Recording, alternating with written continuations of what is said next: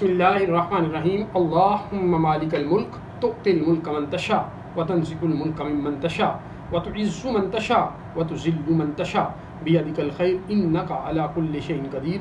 सदक़ल्लाहु मौलाना अज़ीम, सदक़ रसूलुहुन नबियुल करीम। D fellows, आज का lecture हम हमारे एक दोस्त कोहाट से हैं, इरफान अफरीदी साहब, उनके इसरार पर रिकॉर्ड कर रहे हैं और मैं उनको डेडिकेट कर रहा हूँ। आज का टॉपिक है CPLA। CPLA से क्या मुराद है? उनकी डिमांड CPLA थी, लेकिन मैं इससे कनेक्टेड 3 और टर्म्स हैं उनको भी ब्रीफ करता चल जाऊंगा। एक CPLA यूज़ होती है, एक CRLPLA यूज़ होती है, एक CA यूज़ होती है और एक CRLA यूज़ होती है। ये फेलोज, जहाँ तक CPLA का ताल्लुक है, ये कॉन्स्टिट्यूशन ऑफ पाकिस्तान के आर्टिकल 185 सब आर्टिकल 3 के तहत फाइल होती है और जो CRLPLA ये भी इसी आर्टिकल के तहत फाइल होती है और जो CA है और CRLA ये दोनों आर्टिकल 185 सब आर्टिकल 2 के तहत फाइल होती हैं। अब CPLA से मुराद है civil petition for leave to appeal, CRLPLA से मुराद है criminal petition for leave to appeal, CA से मुराद है सिविल अपील और CRLA से मुराद है क्रिमिनल अपील। पहले CPLA को समझने से पहले हमें अपील के कॉन्सेप्ट को समझना ज़रूरी है। अपील आपको मालूम होना चाहिए कि एक स्टैट्यूटरी राइट है। स्टैट्यूटरी राइट से मुराद क्या है कि इसको किसी स्टैट्यूट ने प्रोवाइड किया होता है, यानी या तो किसी कॉन्स्टिट्यूशन ऑफ पाकिस्तान के किसी आर्टिकल ने ये राइट दिया होता है या किसी सबऑर्डिनेट लेजिस्लेशन के ज़रिए इस राइट को दिया होता है और ये राइट उस वक्त ही आपको अवेलेबल होता है अगर ये राइट किसी स्टैट्यूट ने दिया हो। अगर किसी स्टैट्यूट ने ये राइट नहीं दिया तो ये राइट आपको अवेलेबल नहीं है। लेकिन और ये जो राइट ऑफ अपील है ये या तो आर्टिकल 185 के सब आर्टिकल 2 ने कॉन्स्टिट्यूशन ने दिया होगा अगर आपने सुप्रीम कोर्ट के अंदर फाइल करनी है, या किसी स्टैट्यूट ने इसको दिया होगा। अगर ना किसी कॉन्स्टिट्यूशन ने दिया है और ना ही किसी स्टैट्यूट ने दिया है तो फिर आप CPLA फाइल कर सकते हैं, जैसा कि आर्टिकल 185 का सब आर्टिकल 3 हमें कहता है कि an appeal to the Supreme Court from a judgment, decree, order और sentence of a High Court in a case to which class 2 doesn't apply shall lie only if the Supreme Court grants leave to appeal। यानी अगर ये right article 185 कि sub article 2 ने नहीं दिया तो फिर आप CPLA फाइल कर सकते हैं या CRLPLA कर सकते हैं। CPLA civil petition for leave to appeal यानी सिविल केसेस के अंदर और CRLPLA criminal petition for leave to appeal criminal cases के अंदर, दोनों 185 के सब आर्टिकल 3 के तहत होंगी। लेकिन ये CPLA से मुराद क्या है, यानी ये तो हमें पता चल गया कि civil petition for leave to appeal या criminal petition for leave to appeal, लेकिन what is actually meant it is, ये दो टर्म्स का मतलब क्या है। Petition for leave to appeal का मतलब है application for the right to file an appeal.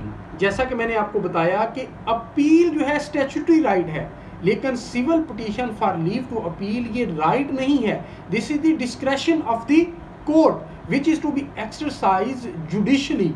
आपने पहले अदालत से इजाज़त लेनी है कि मुझे अपील करने का राइट दिया जाए, यानी ये पिटीशन ये है, आप अदालत से हक के अपील मांग रहे हैं।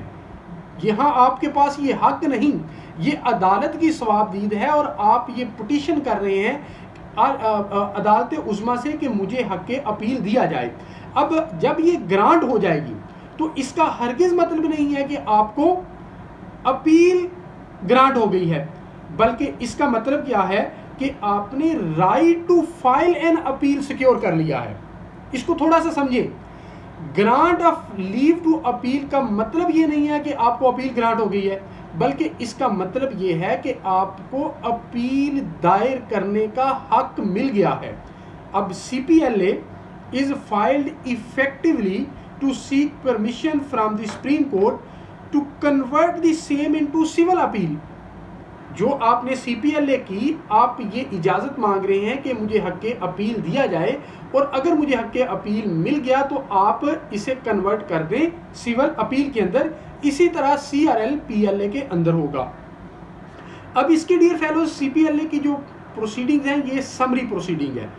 Court doesn't delve into the, deep नहीं जाती बहुत ज़्यादा मेरिट डिस्कस नहीं करती, सिर्फ ये चेक करती है कि जो ग्राउंड इसने दिए हैं क्या वो मेड आउट होते हैं और इसकी अपील का राइट इसे दिया जाना चाहिए या नहीं दिया जाना चाहिए।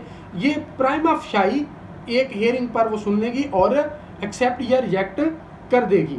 तो डियर फेलोज, अगर अदालत इस नतीजे पर पहुंचती है कि जो ग्राउंड इसने एड्यूस किए हैं वो सेटिस्फैक्ट्री हैं, तो अदालत जो है इसकी CPLA या CRL-PLA को कन्वर्ट कर देगी CA में या CRL-A में, यानी civil petition for leave to appeal को सिविल अपील में कन्वर्ट कर देगी, और जो CRL-PLA यानी criminal petition for leave to appeal को क्रिमिनल अपील में तब्दील कर देगी। डी फेलोस, यही बात दो जजमेंट्स के अंदर सुप्रीम कोर्ट ने हेल्ड भी की। एक जजमेंट है PLD 2012 सुप्रीम कोर्ट पेज 421 और दूसरी है 1997 SCMR पेज 1508। इसकी रेलेवेंट जो पोर्शन है वो मैं आपके सामने रखता हूँ। Article 185(2) of the constitution in list the kind of cases in which an appeal can competently be filed before Supreme Court, whereas Article 185(2) of the Constitution and appeal shall lie to Supreme Court only if the Supreme Court grants leave to appeal. There are also some statutes which provide for an appeal before Supreme Court. A party is entitled to file an appeal if his case is converted by clause 2 of the Article 185 of the Constitution in the matters provided in subclauses A to F thereof as matter of right, whereas under clause 3 of the Article 185 there is no such right vested in a party to file petition for leave to appeal. ये fellows, उम्मीद करता हूँ ये चार terms आपको अच्छी तरह समझ आ चुकी होंगी। अगर आज की वीडियो आपको पसंद आई हो तो बाबुल इल्म लॉ अकेडमी यूट्यूब चैनल को सब्सक्राइब जरूर कीजिएगा और हमारी इस वीडियो को लाइक ज़रूर कीजिएगा। अल्लाह ताला आपका हामी नासिर हो। बहुत शुक्रिया।